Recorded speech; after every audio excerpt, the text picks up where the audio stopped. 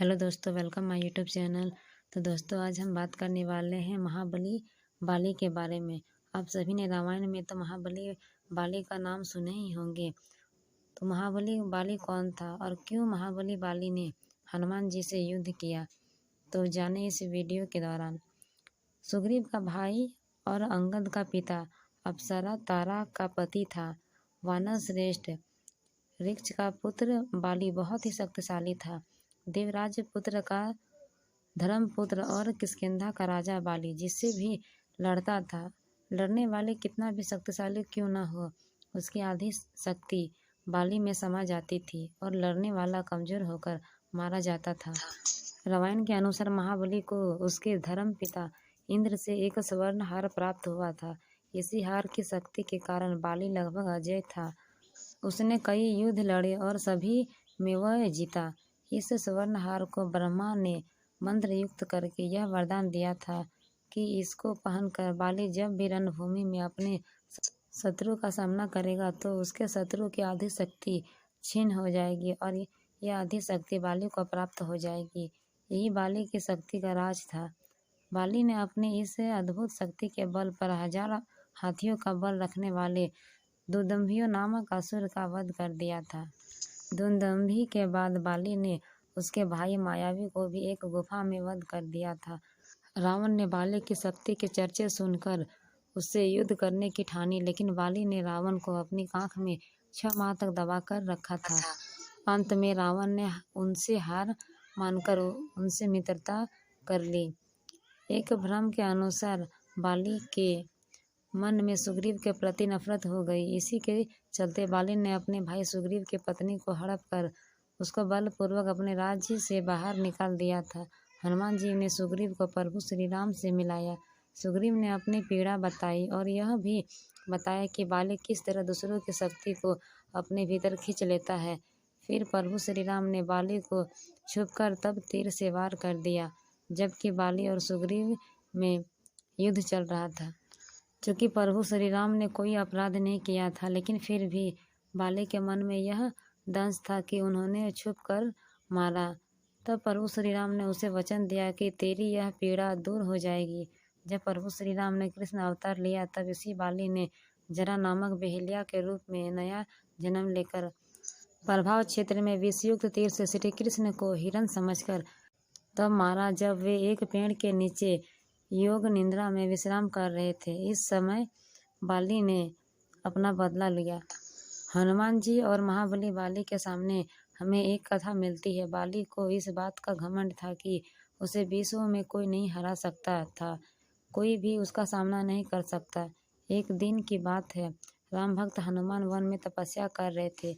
उस दौरान अपनी ताकत के नशे में चूर बाली लोगों को धमकाता हुआ वन में पहुंचा और चिल्लाने लगा कि कौन है जो मुझे हरा सकता है। किसी ने माँ का दूध नहीं पिया जो मुझसे मुकाबला कर सके और मुझे हरा सके। हनुमान जी उसी वन में राम नाम जप से तपस्या कर रहे थे। बाली के चिल्लाने से उनकी तपस्या भंग हो गया।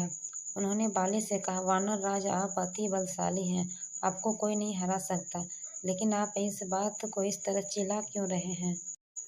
यह सुनकर बाली भड़क गया। उन्होंने हनुमान जी को चुनौती दी और यहाँ तक कहा कि वानर, तू जिसकी भक्ति करता है उसे भी हरा सकता हूँ। श्री राम का मजाक देख हनुमान जी को क्रोध आ गया और उन्होंने बाली को चुनौती का स्वीकार कर लिया। तय हुआ कि अगले दिन सूर्योदय होते ही दोनों के बीच दंगल होगा।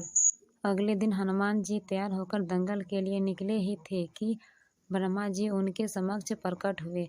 उन्होंने हनुमान जी को समझाने की कोशिश की कि वे बाली की चुनौती स्वीकार न करें, लेकिन हनुमान जी ने कहा कि उसने मेरे प्रभु श्री राम को चुनौती दी है।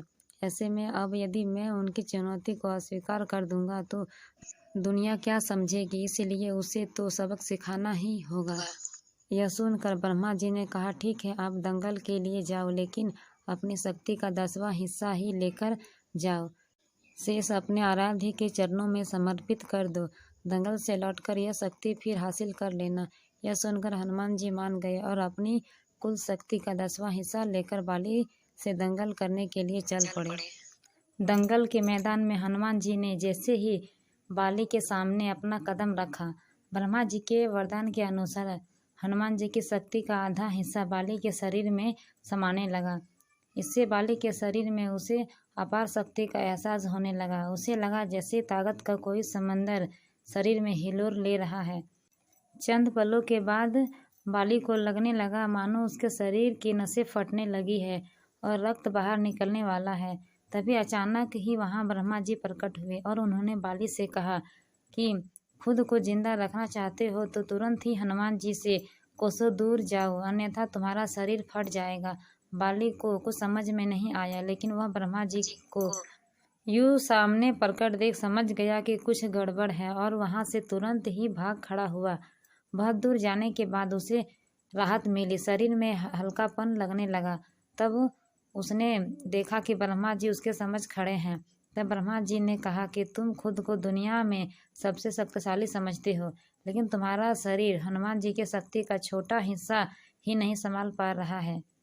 तुम्हें मैं बताना चाहता हूँ कि हनुमान जी अपना शक्ति का 10वां भाग ही लेकर तुमसे लड़ने आए थे। सोचो यदि संपूर्ण शक्ति लेकर आते तो तुम्हारा क्या हाल होता। बाली यह जानकर समझ गया कि मैंने बहुत बड़ी भूल की है। बाद में बाली ने हनुमान जी को दंडवत प्रणाम किया और बोला, अथात बल होते हुए भी हनुमान जी शांत रहते हैं और राम भजन गाते रहते हैं, और मैं हूँ कि जो उनके एक बल के बराबर भी नहीं हूँ और उनको ललकार रहा था। मुझे क्षमा करे हनुमान। हनुमान जी ने बाली से कहा कि कभी भी अपना महाबली बलशाली होने का प्रयोग किसी निर्बल पर नहीं करना चाहिए, बल्कि महाबल होने का प्रयोग अच्छे काम के लिए करना चाहिए। तो दोस्तों, आपको यह वीडियो कैसी लगी कमेंट में ज़रूर लिखिए।